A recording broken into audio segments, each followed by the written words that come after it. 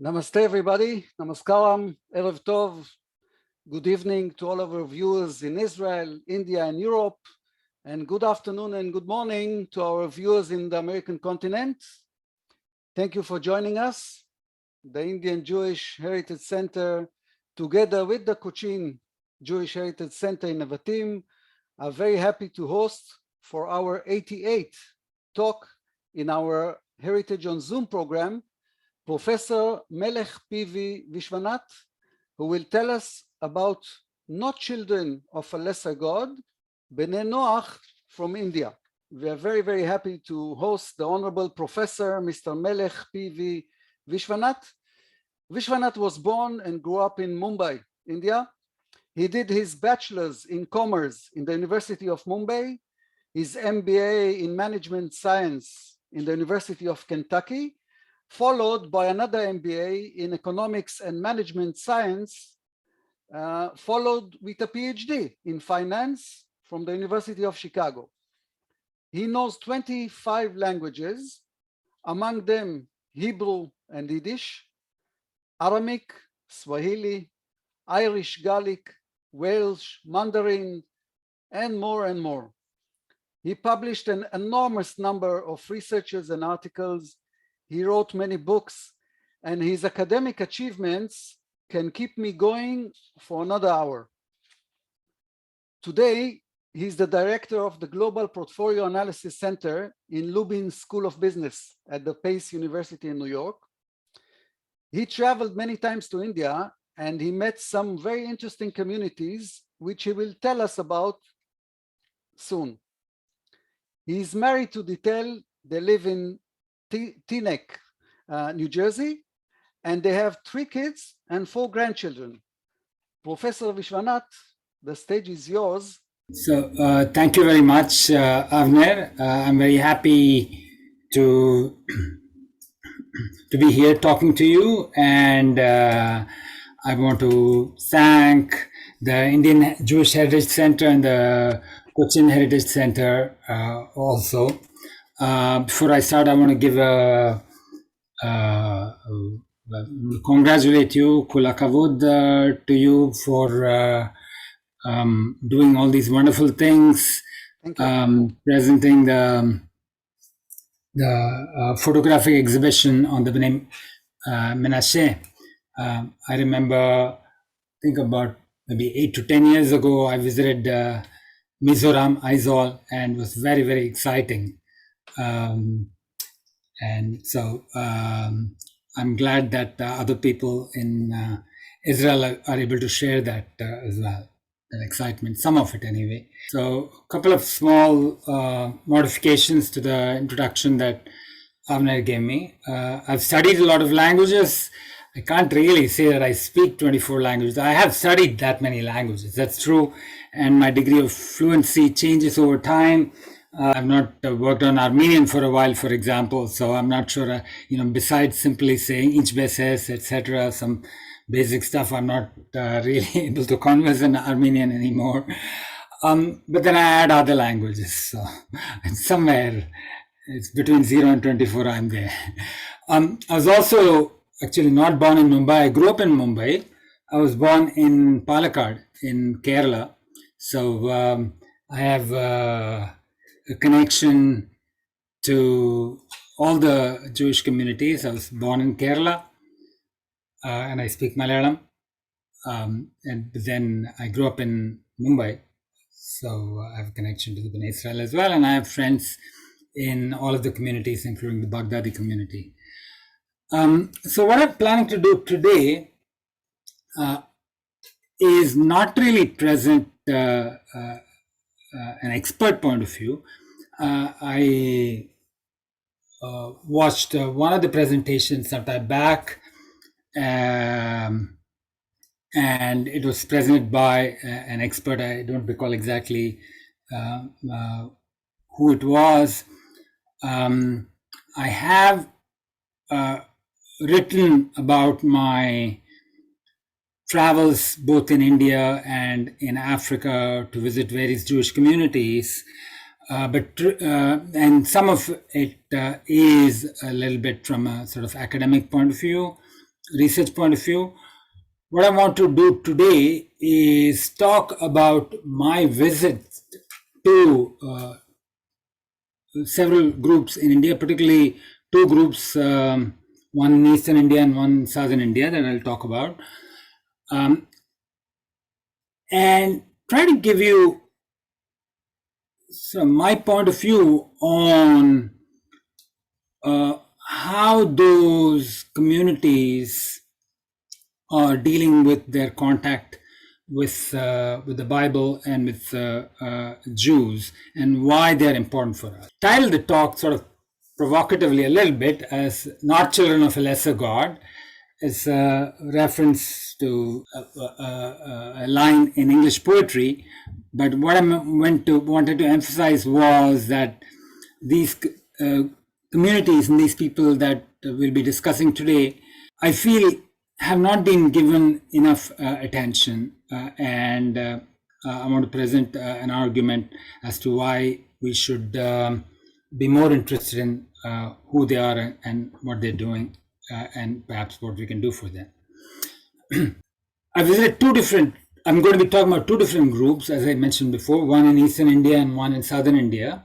So I'll start talking about Bene Noah in general, and then about the community in Visakhapatnam in Eastern India, and then the community in Erode in Southern India, and then I'll finish up with some thoughts.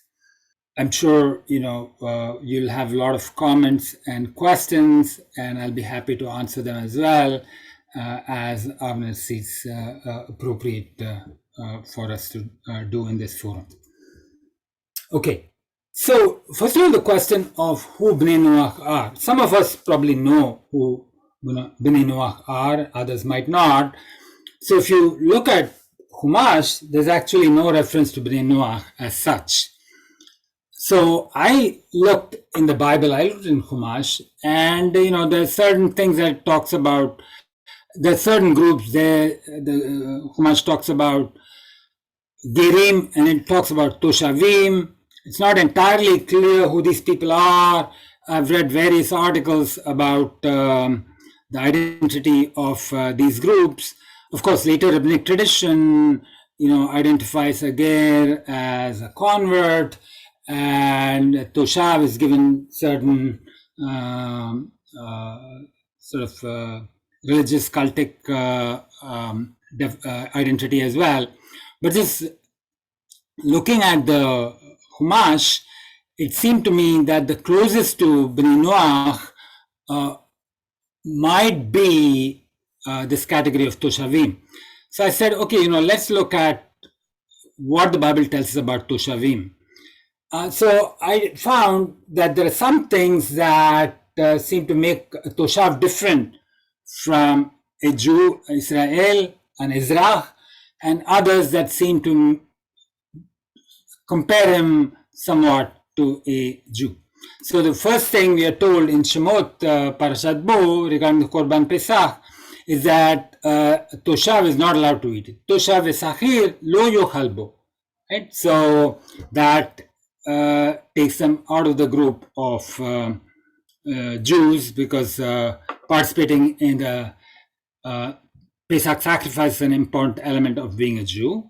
They can't eat consecrated foods. So if it's not clear, how Toshavim are related to Jews, but there are some suggestions that they are. For example, in this pasuk, it seems to suggest that there's a Toshav that is associated with the Kohen. So whereas the slave of a Kohen, an Evet Kohen, can eat Truma and things like that, so Toshav here can't. B'chol zar lo yochal kodesh, Toshav Kohen v'sachir lo yochal kodesh. Okay, they can't do that, so that makes them a little bit less of a Jew. In fact, it says they're not Jews, right? And then it also says that if a Jew is sold to a Toshav, then that's not a desirable state of affairs. He's to be redeemed, right? V'ki tasig yad ger v'toshav imach umach achicha imo v'nimkar lager leger toshav imach ולעקר משפחת גר, אחרי נמכר גאולה תהיה לו, אחד מאחיו יגלנו. Right? So don't leave him with these toshavim. So again, that makes them different from Jews.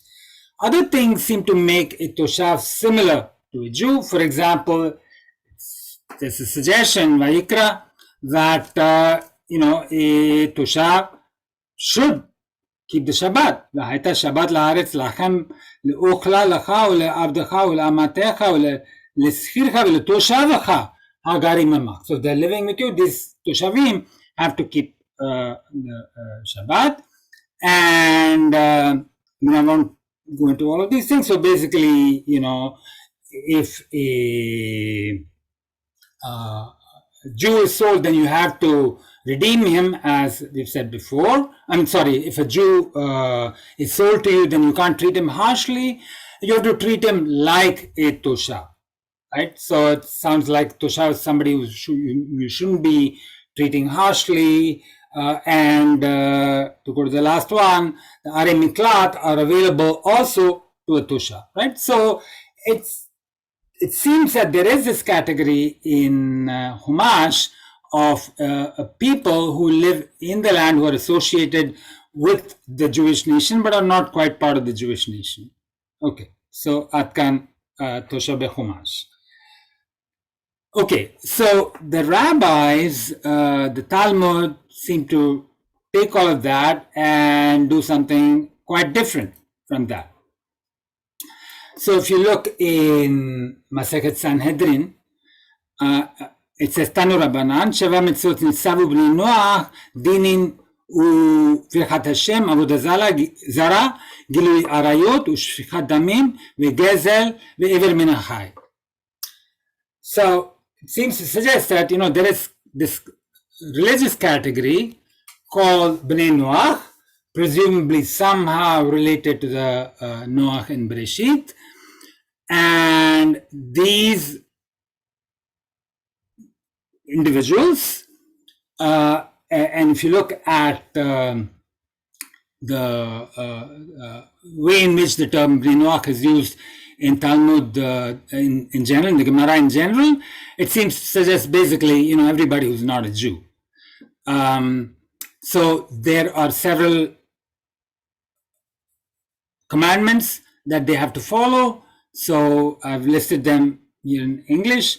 Right? One is dinin, they have to have a system of courts. They're not allowed to blaspheme God. They're not allowed to engage in avodah zarah. Gilui arayot, there are certain relationships that are forbidden to them, not the same as the ones that Jews are forbidden to, but a different set. Shfichat damim, bloodshed is not allowed. They're not allowed to kill. Gezel is not allowed. And aver, minahai, eating a limb from a living animal. So these are things that are not allowed to Bnei Noach. Again, as I said, essentially this means to any non-Jew, really.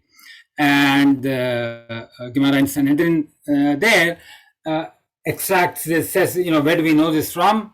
And it says, it quotes a pasuk in Bereshit, Vayetzav Hashem Elokim ala Adam lemor mikol eitz hagan achol tochal. Okay, so I'm not going to go into the exegesis, but from that pasuk, it establishes that everybody in the world really are required to follow these rules.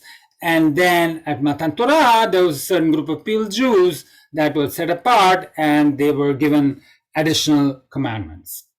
Okay, so this is the sort of halakhic background and a little bit of a investigation into what the Chumash says about Bnei Noah. Okay, so looking at what the Rambam says, I'm bringing this down as an example of halakha. says כל המקבל 7 מצוות ונזהר לעשותן, הרי זה מחסידי אומות העולם, ויש לו חלק לעולם הבא.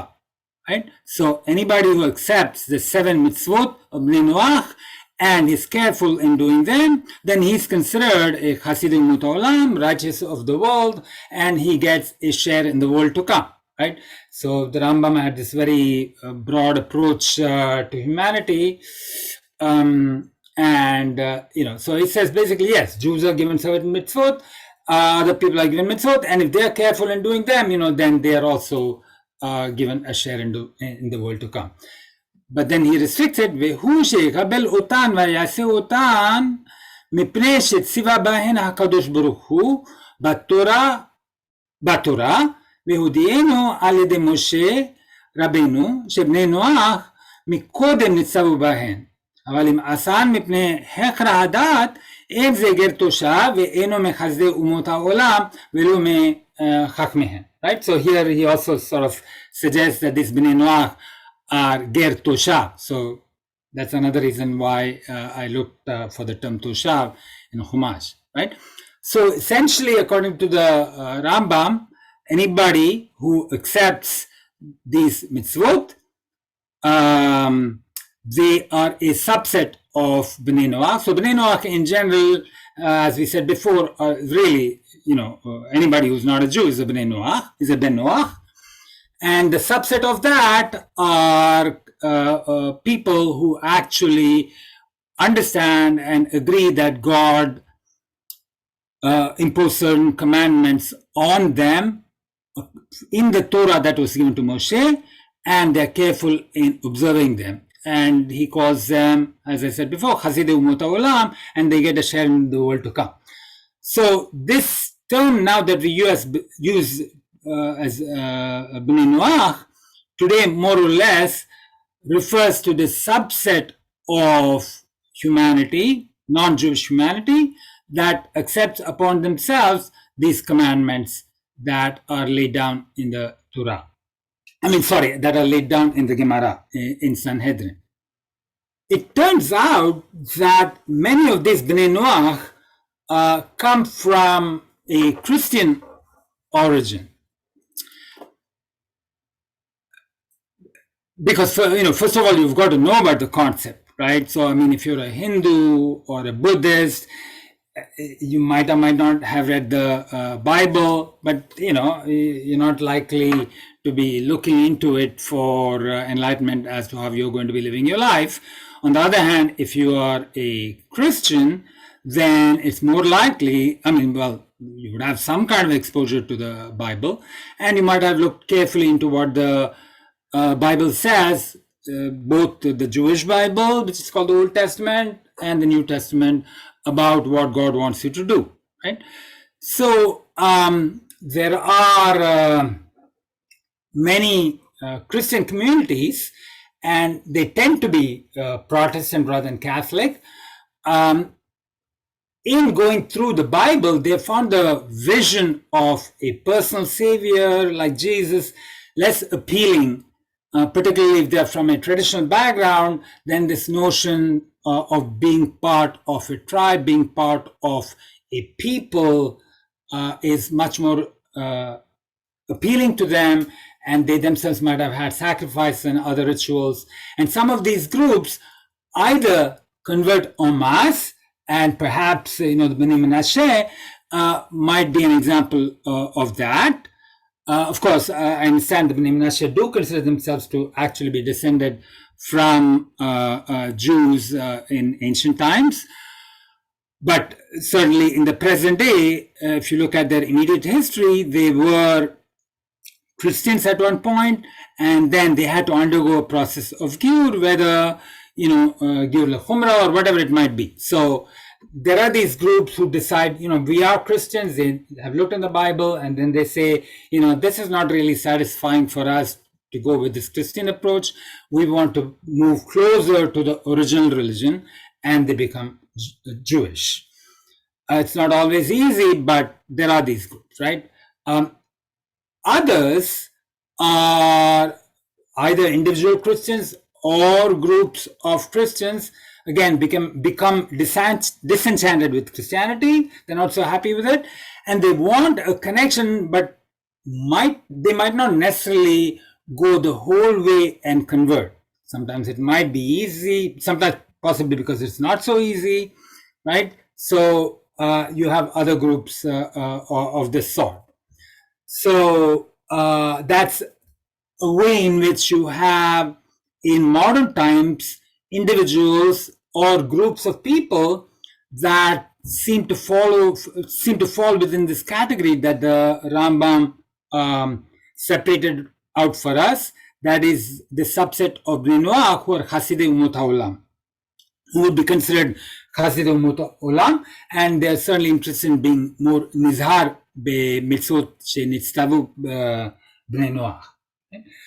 So the Chabad movement in particular, not only the Chabad movement, there are other rabbis as well, but the Chabad movement in particular teaches that it's actually the responsibility of every Jew to encourage non-Jews to act in accordance with the 7 mitzvot Bnei Noach. And I don't know if it's, I believe it's already accomplished. There's a museum, I believe, in Mumbai on the site of Chabad House that actually is devoted to the Sheva Mitzvot Bnei Noach, and there's also a website. I helped with the translation of that website into Hindi. So these are different ways in which different individuals and groups come to be Bnei Noach. So because there are so many people, and there are people all over the world, Kenya, Ghana, India, of course, the UK, Russia. I also recently looked again, and there are groups in Malaysia and Indonesia and the Philippines. So there are a lot of these groups. So there is actually a worldwide organization called the World Noachite Community. And there are certain organizations, institutions that cater to this Bnei Noach. And they help them live as Bnei Noach. Because you might say, why do you need a special center for Bnei Noach? The problem is that there's not much in the Gemara as to exactly how one should live one's life if one wants to be Nizhar in the Sheva Mitzvot Bnei Noach. There is no Shulchan Aruch for Bnei Noach. And it's not actually clear from where one might derive such a Shulchan Aruch.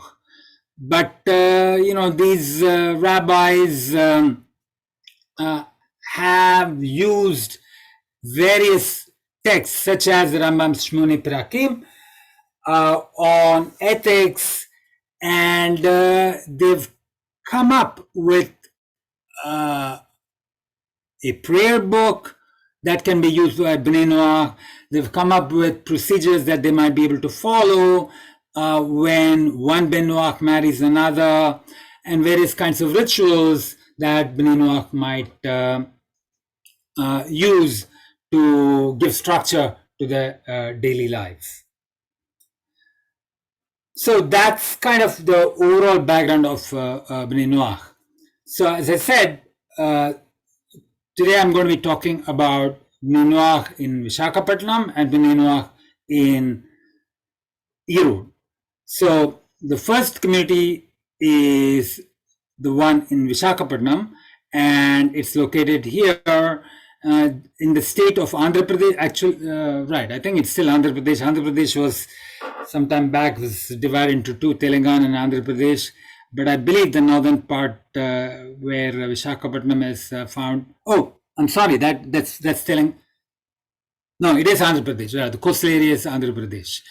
So Visakhapatnam is located at this point there, south of Odisha. And in 2017, I was doing a sabbatical in Odisha. I was looking at savings policies among some tribals in Malkangiri district in Odisha. So I took the opportunity at that time to visit Visakhapatnam. But in terms of geography, that's where it's located. It's, as I said, it's kind of southeastern India. And the other community, so I won't bring this map up later on. The other community that I'm going to be talking about is in Tamil Nadu. It's in a place called Erode, somewhere around here. I don't know if you can see my cursor, but it's if not, it's between Cochin and Mysuru, as it were. I mean, that's a long, large area, but somewhere in the middle there. But it's on the Tamil Nadu side of the border. Okay. So this is Visakhapatnam. It's a pretty modern town. There's a lot of people there, 2 million, which I guess by Indian standards might not be huge, but certainly it's like any other Indian city. There are a lot of people, and it's quite modern in a very Indian way. You can see here this is a very typical scene of daily life in Visakhapatnam. I mean, it looks like life anywhere else in a Mufassil town city in India. So I mentioned earlier that a lot of the Bene Noah have Christian origins. So let me say a little bit about Christianity in the Telugu-speaking areas.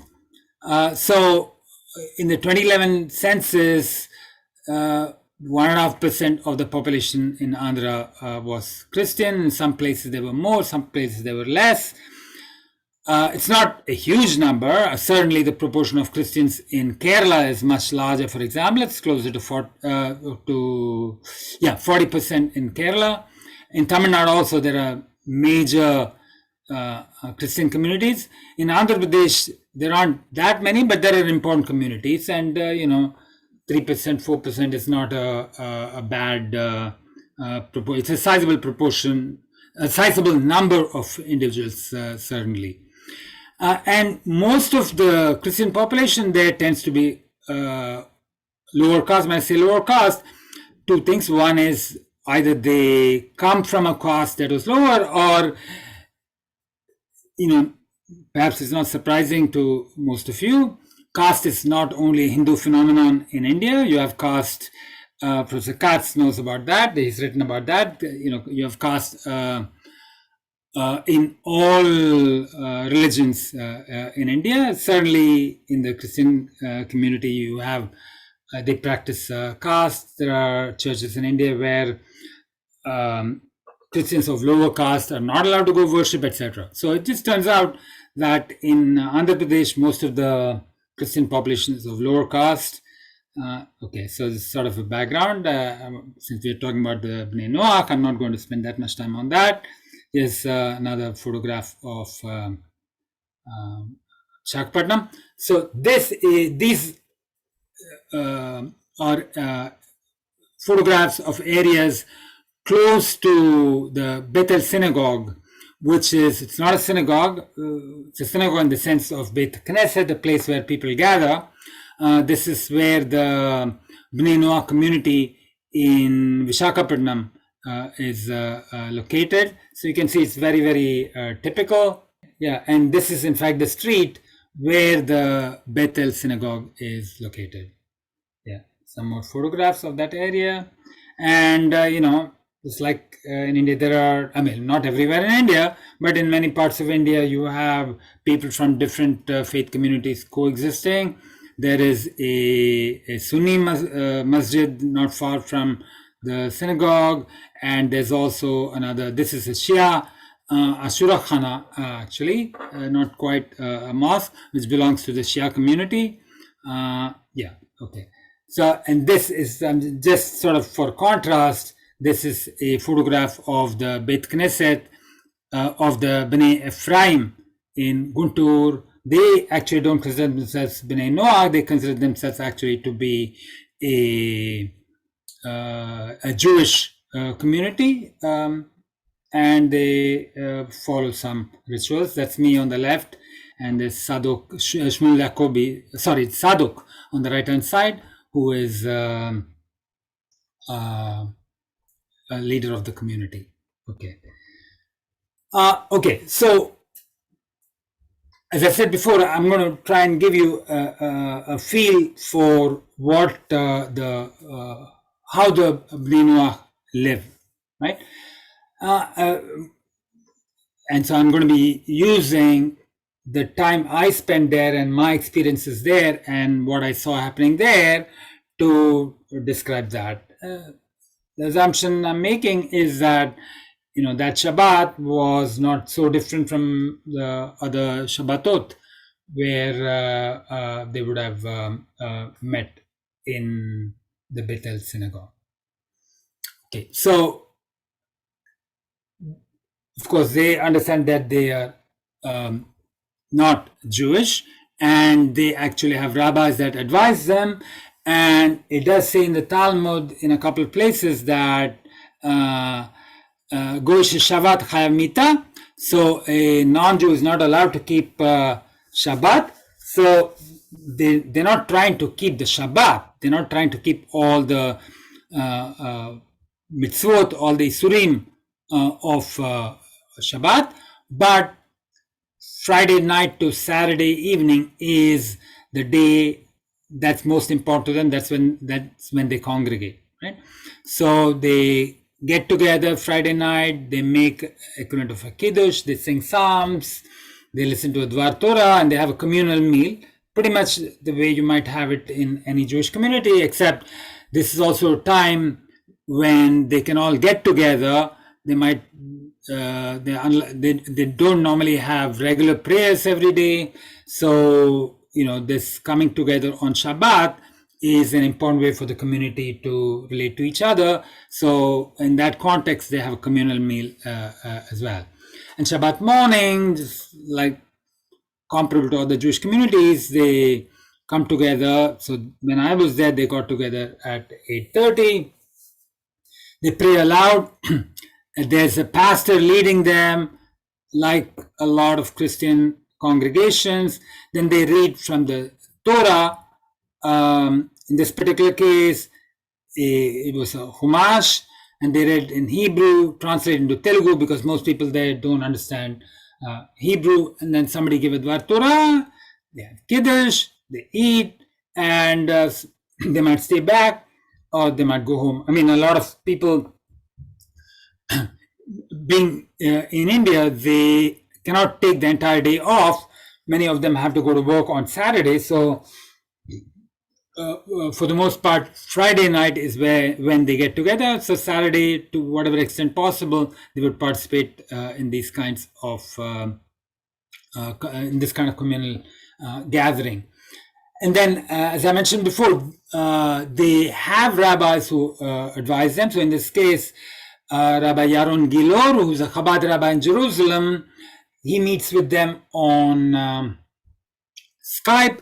Again, I'm talking about what happened about 5 years ago. I am still in touch with them, but I'm not aware of how exactly COVID has affected them. I was trying to help them communicate to get some help from another organization called Kulanu, whereby a volunteer would come and would go and spend time with them, but that sort of fell through the cracks because of COVID.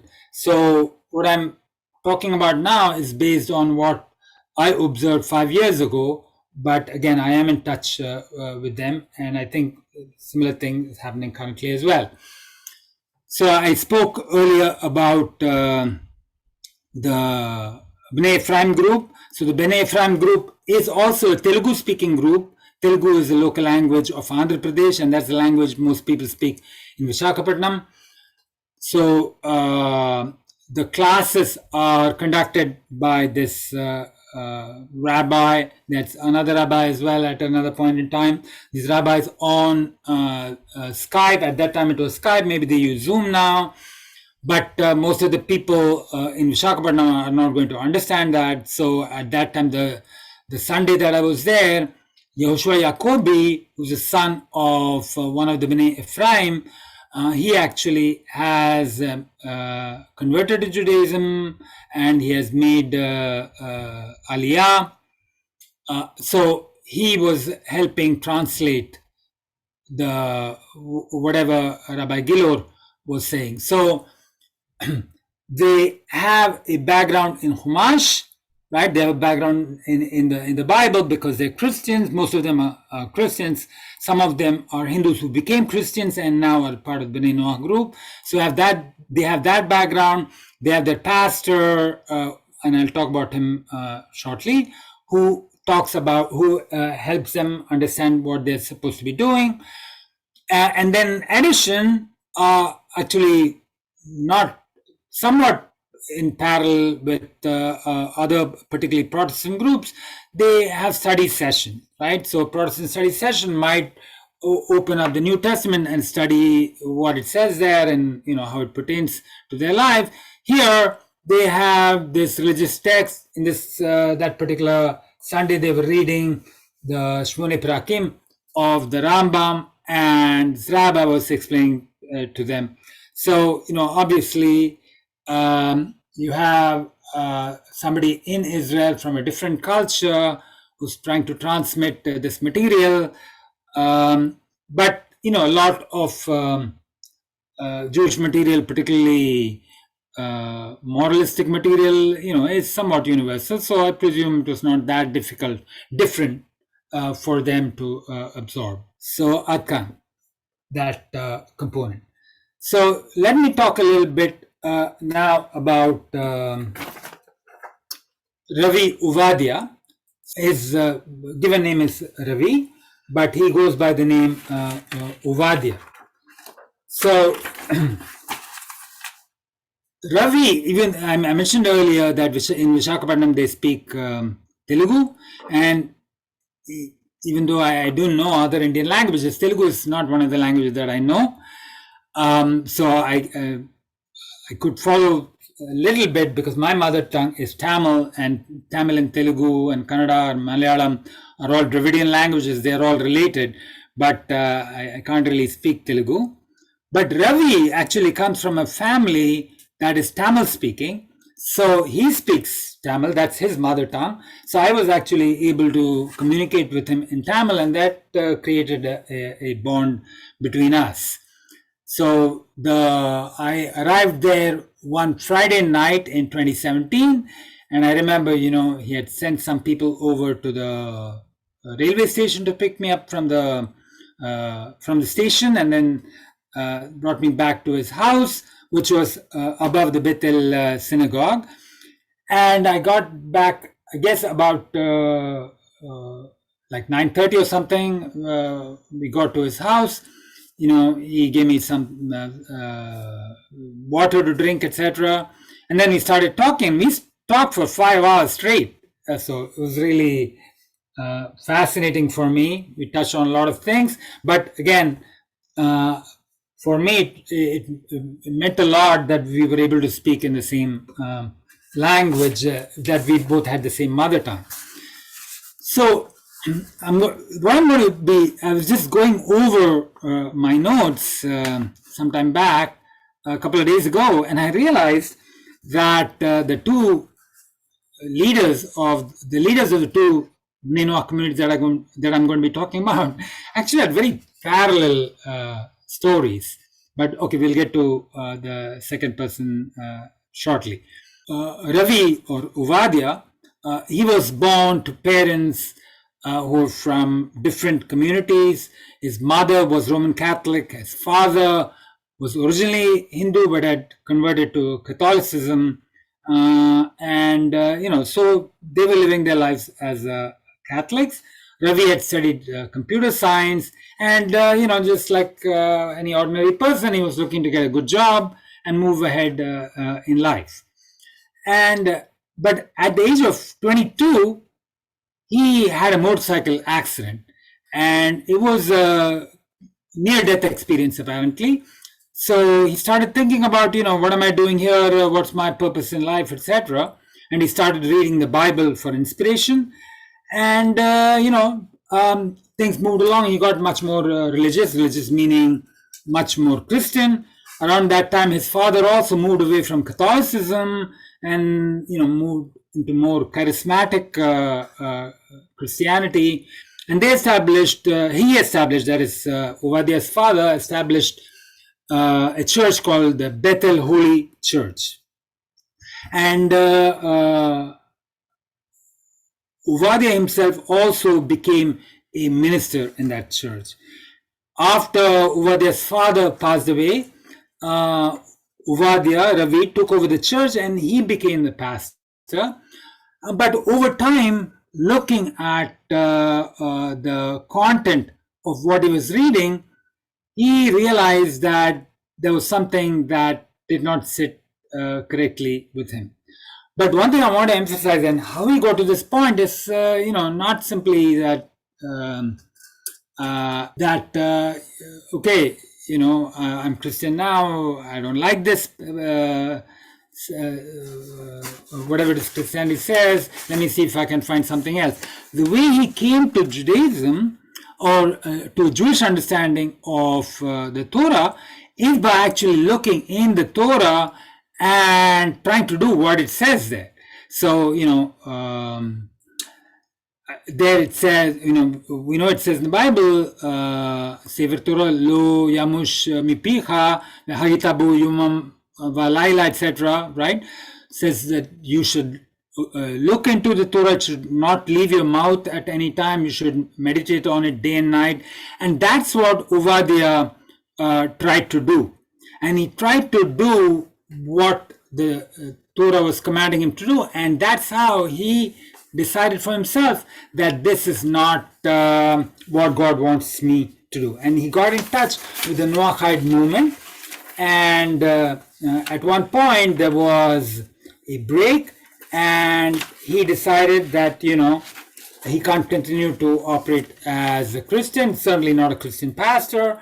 Most of his congregation, of course, stayed Christian, but about 10-15 people, was a small group at that point, went along with him, and that small group became the Bethel Synagogue.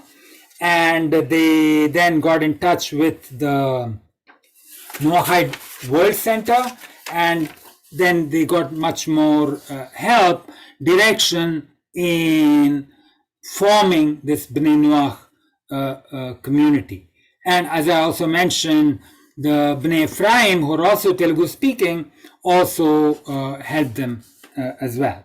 Right? So let me show you a little bit some photographs about the Bethel Center and the community there. So this is Rabbi Grafstein, who's another of the rabbis who works with them and who actually was the one that introduced me to them. This is a photograph of the upstairs of Bethel Synagogue. On the right, you can see this is the area where they actually celebrate Sukkot. On the left is the entrance to the synagogue.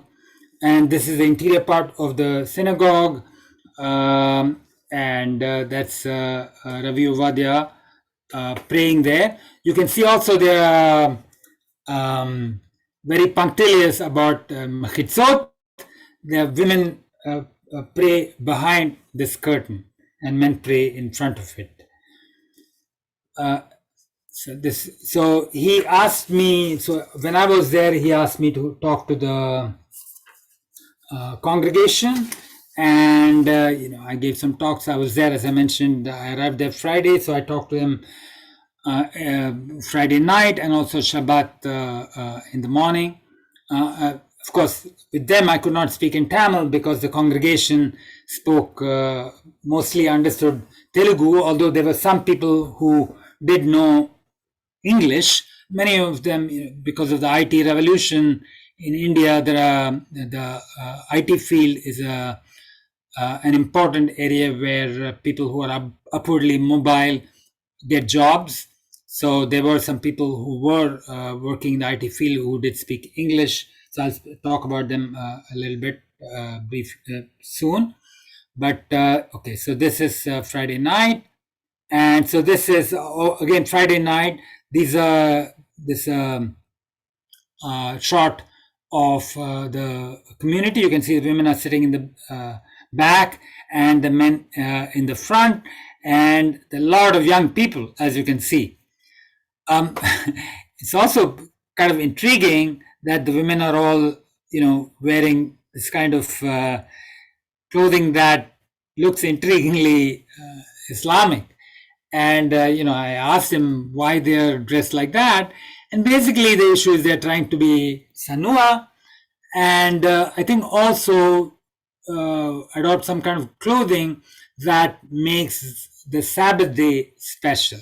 So that's why the men also, they wouldn't necessarily always be wearing black and white. It's kind of a little bit Ashkenazi, this notion. Well, I guess not Ashkenazi, but yeah, culturally separate this notion of wearing a black pant, black trousers, and white shirt.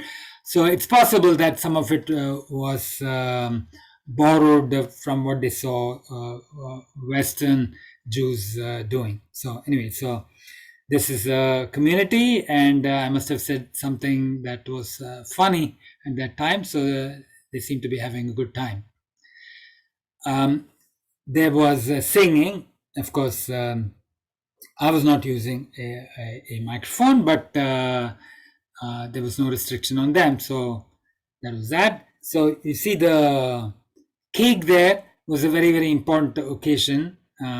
So while I was there, and this was Friday night, there was a couple, Shanti and Ajit. They had just had a baby. I knew about this ahead of time. Ravi had written me about it. So they had this baby, and they wanted to name the baby, and they wanted me to name the baby. They wanted me to give the baby a name.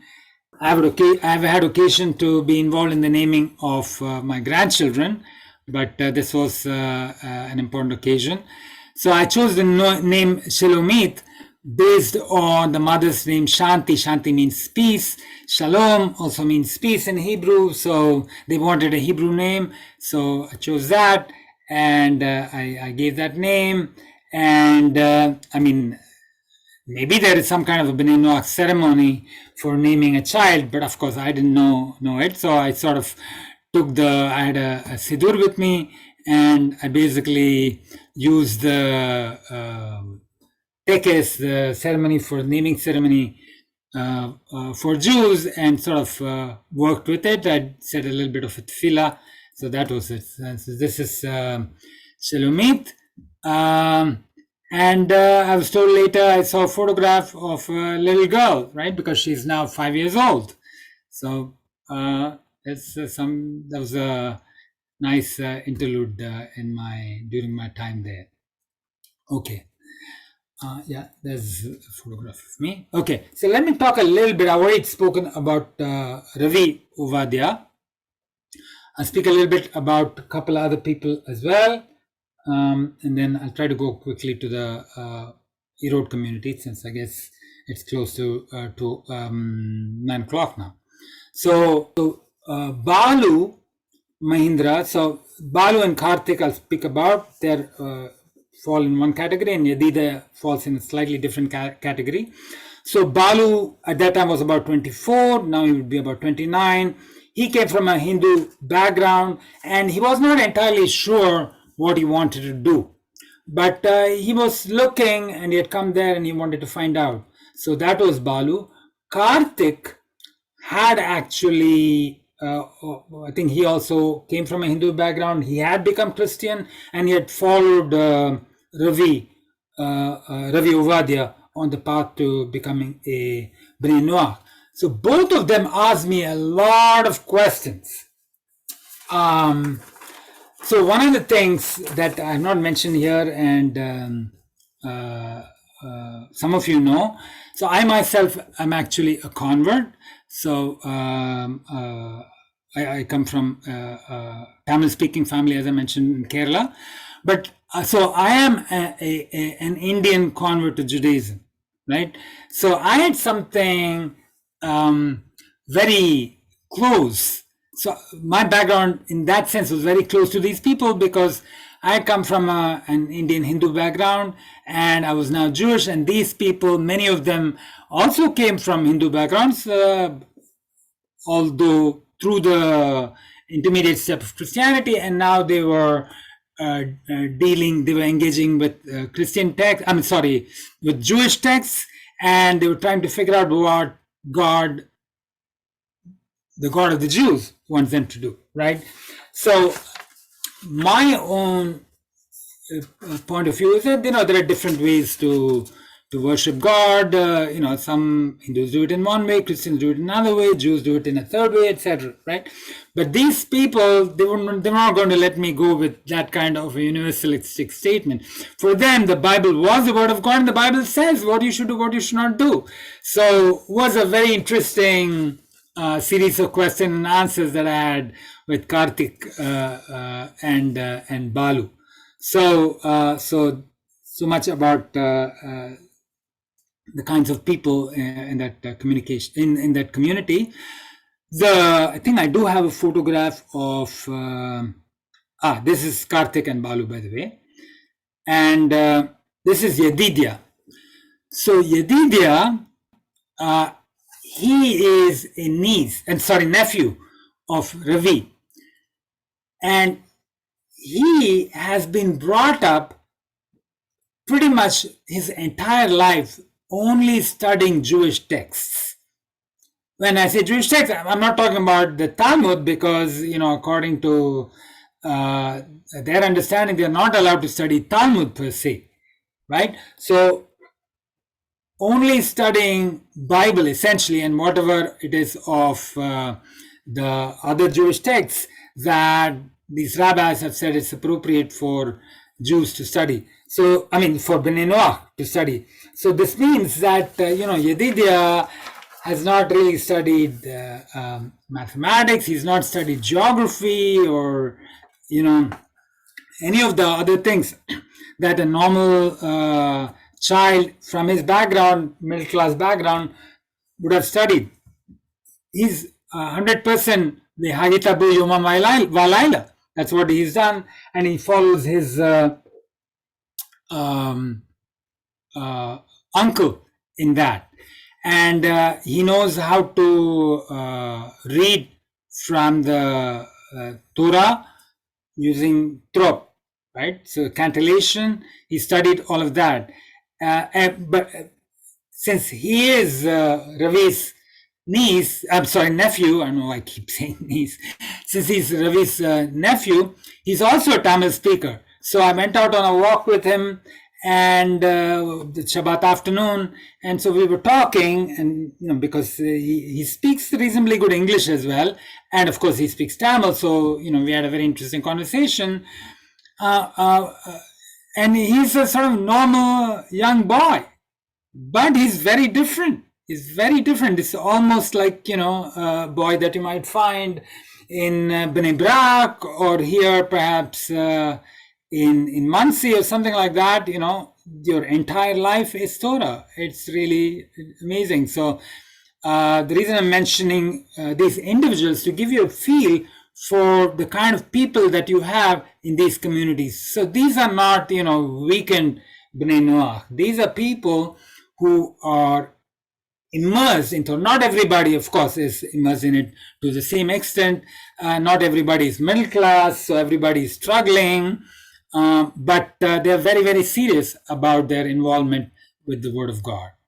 Okay, and here's some other photographs of other Bnei Noah children in Vishakhapatnam.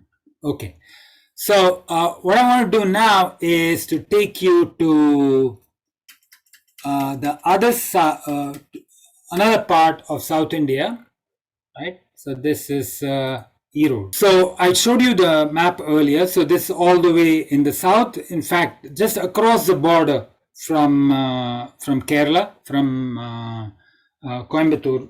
From Palakkad. It's not that far away from there. Okay. So this person is the founder of this group. His name is Samuel Devasahayam. I got there in 2018. I was not able to go there in 2017. I got there in 2018. And unfortunately, by the time I got there, he had actually passed away. He passed away in on March 21st, 2018. As you can see there, well, the dates. He was born on the 12th of November, 1964, and he died on the 21st of March, 2018, right? And this is a announcement of his death in Tamil. It says Kartarukul Nidreyadandar. So he attained peace, samadhi, as it were, within God. So let me show you first a little bit about the area where the community is located. It's also same, in some sense, similar community, agricultural community is very, very green. This is just outside this area called Zion Nagar that Samuel Devasahayam established. So, okay, and this is a sign outside their house. Actually, it says Zion Nagar, but it's not an entire community. There were several families there. Actually, this community has changed drastically since 2018. In a year or so after I went there, the community changed drastically, and I tell you about that shortly. So this is a sign. It says Sion Nagar, Zion Nagar. It's interesting, the name Zion actually occurs in many places. I grew up in a neighborhood that was also called Sion, which is written with an S, but really is a Portuguese version of Zion.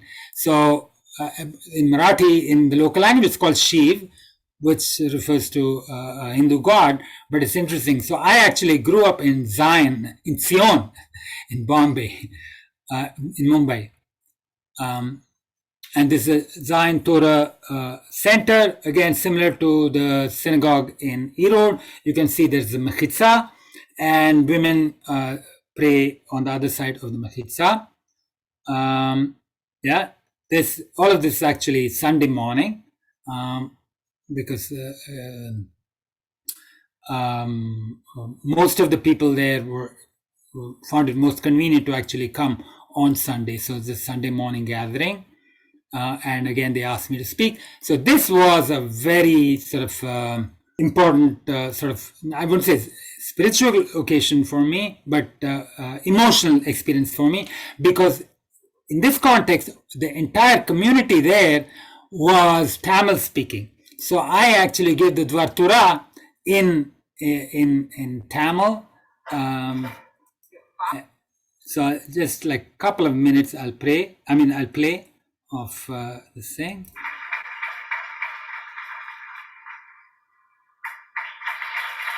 Okay, so they are happy. That's good. நிறைய பேர் நம்ம Torah centre வந்திருக்காங்க, பேசியிருக்காங்க. ஆனா இவர்கிட்ட ஒரு special என்னன்னா, நம்ம மொழியிலே பேசுவாரு. இவர் அமெரிக்கால இவரோட பிள்ளைங்களுக்கு தமிழ் சொல்லி தந்து வீட்டுல கூட அவியல் பொரியல் தான் செய்வாராம். அமெரிக்கால கூட, ஏன்னா தமிழ் மேல அவ்வளவு பற்று. Okay, so I don't know if any of you there, maybe some of you who speak Malayalam were able to catch what he was saying. So he's introducing me, and there's more of that. So this is Zion Torah Center. Okay, yeah, and this is after services on Sunday, everybody's leaving. And again, the reason I'm showing you these photographs is to show, how sort of a normal part of life all of this is for these Bene Noah communities. And it's not dissimilar. Of course, you'll have to change the color of the people, the clothes they're wearing, etc. But it's not dissimilar to what might happen at the end of Shabbat, on a Shabbat morning, somewhere in the US or in Israel. Okay, here's some photographs of some of the members of the community. Samuel Devanayagam. So a lot of these people, this guy, Asher, all these people were called to their vocation, as it were, by Samuel Devasahayam. I think at this point it might be a good idea for me to actually talk about Samuel Devasahayam. So as I mentioned, he was the founder of this community. He is somewhat comparable. His life is somewhat comparable to Ravi Uvadia, as I mentioned before, but he actually has Jewish antecedents. So his father was born apparently to an Iraqi Jew who was who had come to India. His grandfather was an Iraqi Jew who had come to India to work for the government, and then eventually he left, and he left his wife there, and he moved to England. But then his son had he stayed there, and at that point they were Christians because they were not. According to halakha, they would not have been Jewish. But anyway, so Samuel Devasai himself was living as a Christian at that point. But because of his Jewish antecedents, his father, Samuel Devasai's father, had been a Zionist throughout his life, and he had led daily prayers on behalf of the state of Israel.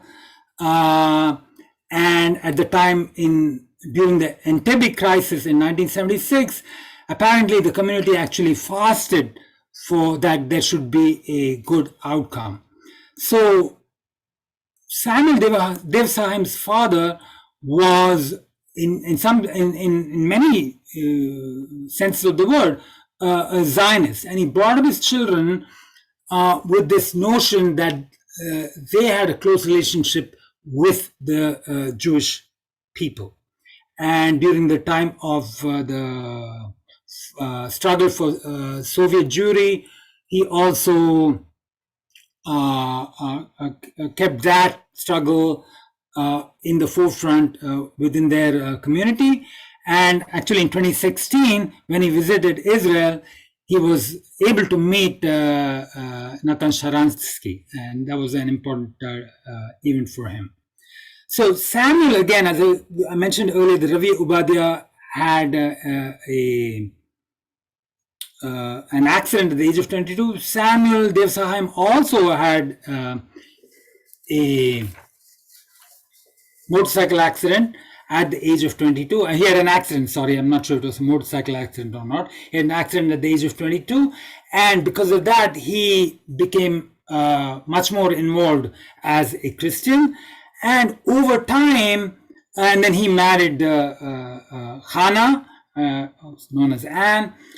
And so he, his wife Hannah, and his sisters Sheila and Wilma, so all of them, because of their close connection to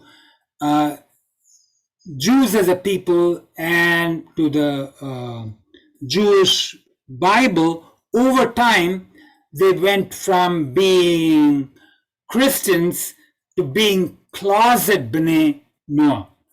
And ultimately, at one point in time, they had already had 3 children at that point, and one of their son, Moshe, was going to have to be baptized at that time. And Moshe said, I don't want to be baptized because I'm a Jew.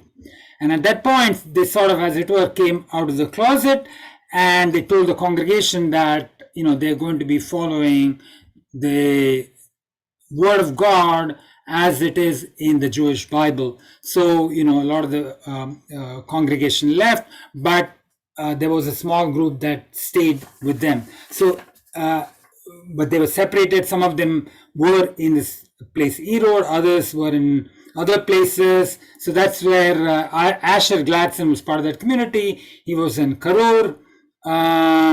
His Asher's family. Another person in the group, Aaron Krubagran, he was in Shalaipudur, about 25 miles away from Erod. So this Shindil Kumar Moses, again, trajectory similar to what we had mentioned earlier about a couple of the younger people in Visakhapatnam. And this is Samuel Devasai's family. So this is Moshe here, his mother Hannah, and this is Jerusha and Rivka. Rivka is actually named after the Rebbetzin who was murdered in Mumbai. That's a family. And Moshe actually, he also, as I mentioned earlier, he decided that he didn't want to be converted, to be baptized.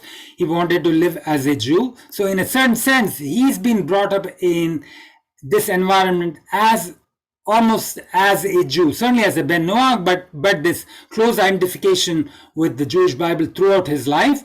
And they somehow raised the money for him to go to Israel. There was not at all easy getting a visa, and right now he's actually studying in Susia for Gerut. He's close to the end of that process, and God willing, I think in a few months he will be undergoing full Gerut.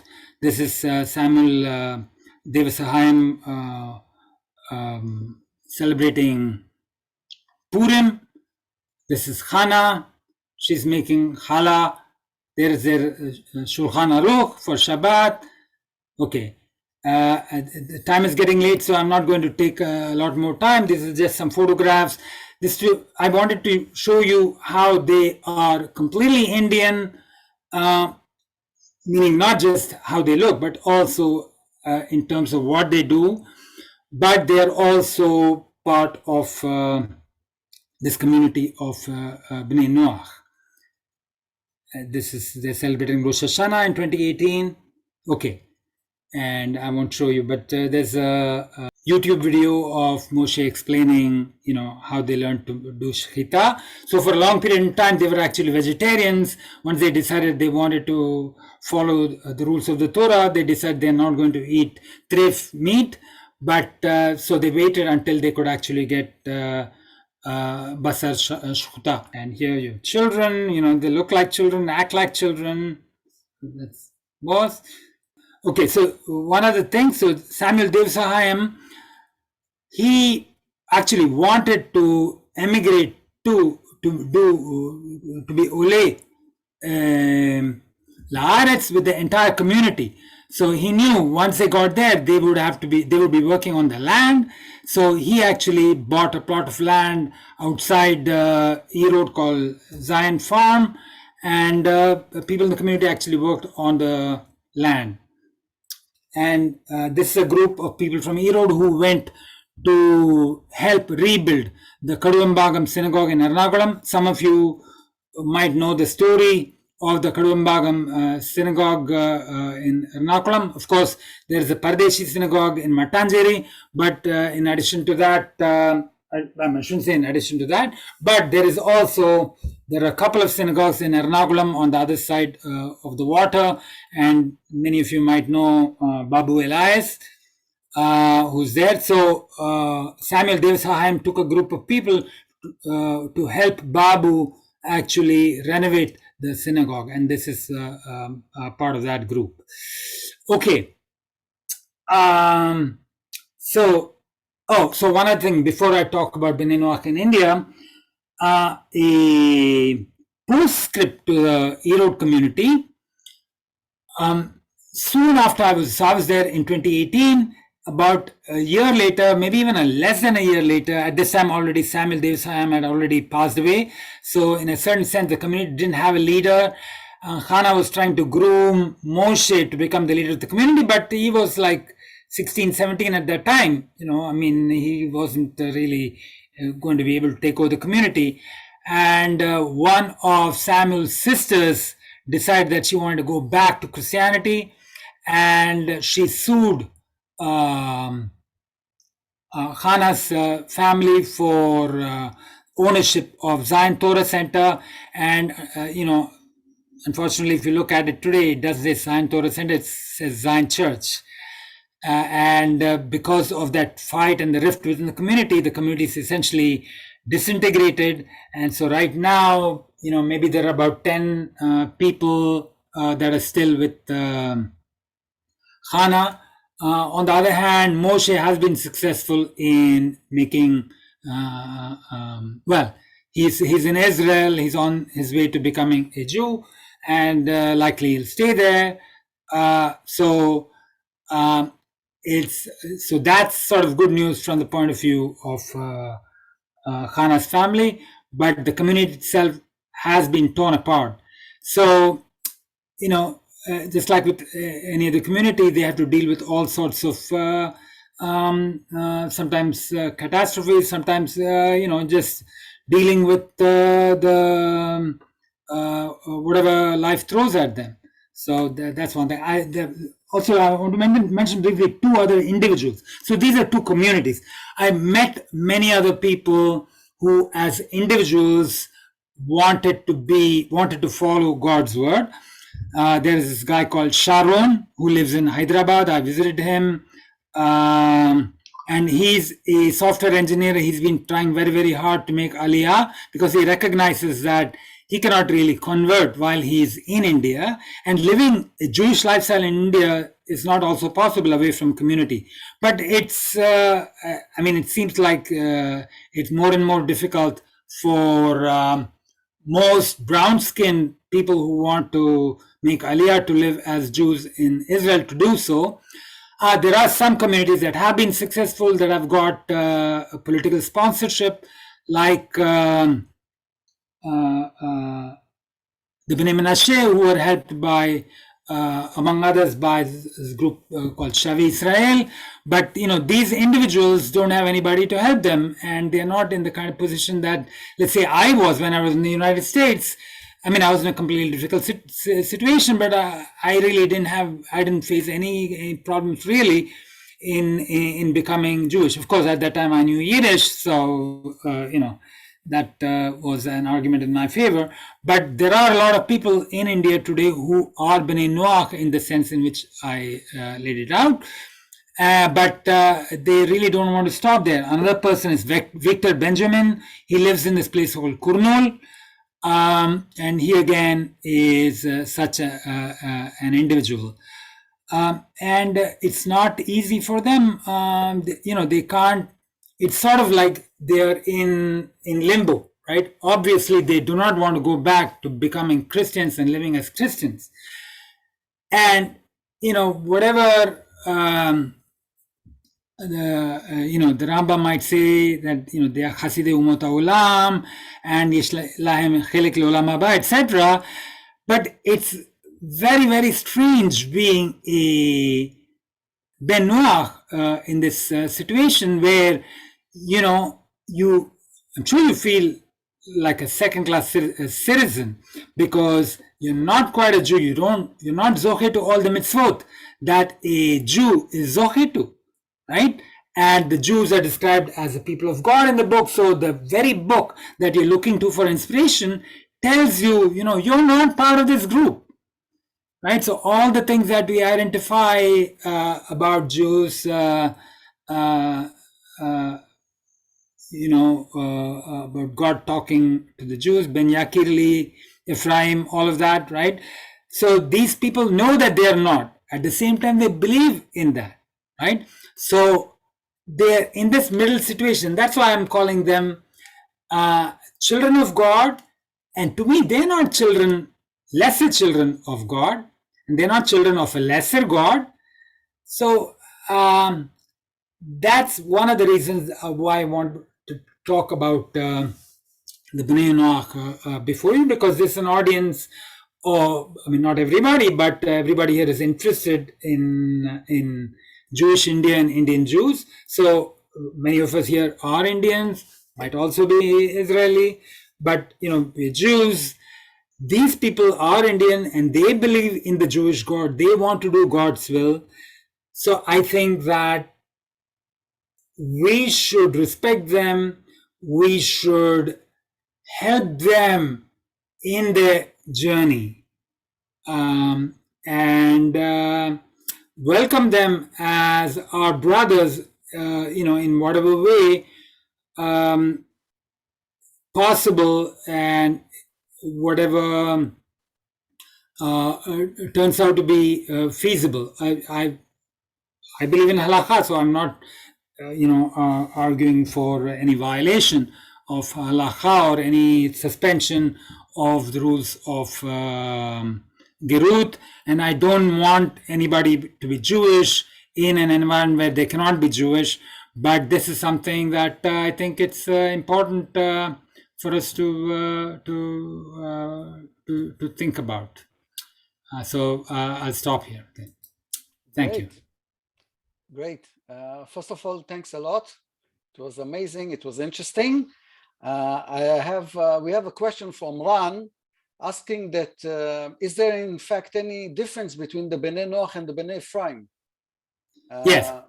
Okay, if you can talk about it. So first of all, I see that I was mistaken. I mean, I don't know all the individuals that I refer to personally. So apparently, Yaron Gilor is not Chabad, but a disciple of Rabbi Uri Sherki. So I stand corrected. Thank you very much. The Bnei Ephraim and the Bnei Noah in Vishakhapatnam are both Telugu speaking. So they're from the same area. They don't belong to the same caste. I think, in fact, the Bnei Ephraim belong to this caste called Madiga. I think they work with cow carcasses and things like that.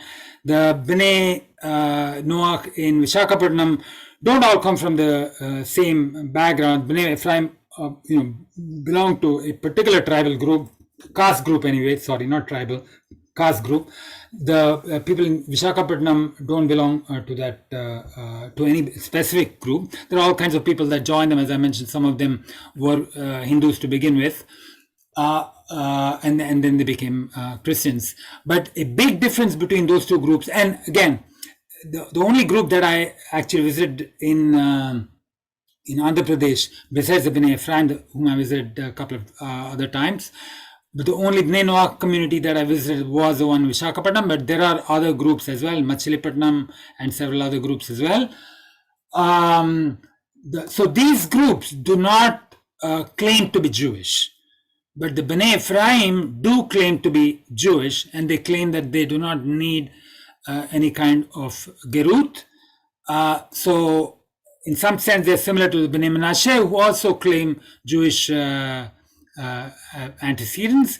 But the Bnei Menashe have been willing to undergo gerut of some kind. But the Bnei Ephraim as a group say that they don't need to have any kind of gerut, but there have been individuals like, as I mentioned, Yehoshua Jacobi did undergo gerut in Israel. So they're two completely different groups, from the point of view of their Indianness. The commonality is that they're from more or less the same part of India. They all speak Telugu. They have pretty much Christian backgrounds, but their claims are all different. Great. So I think this is the questions we have. So please let me thank you for sharing with us this amazing story of this Jewish communities in India. And let's hope that maybe it will intrigue someone to do some thorough research on the roots of these communities. It will be very interesting to know. Yeah, so it was a pleasure talking to everybody, and to know that there is an organization like this that brings all the Indian Jews together and celebrates its Indianness. So just because you moved from India to Israel doesn't mean you have to give up your Indianness, and I'm very, very happy to be part of this group. Thank you. Shabbat Shalom, everybody. Bye-bye.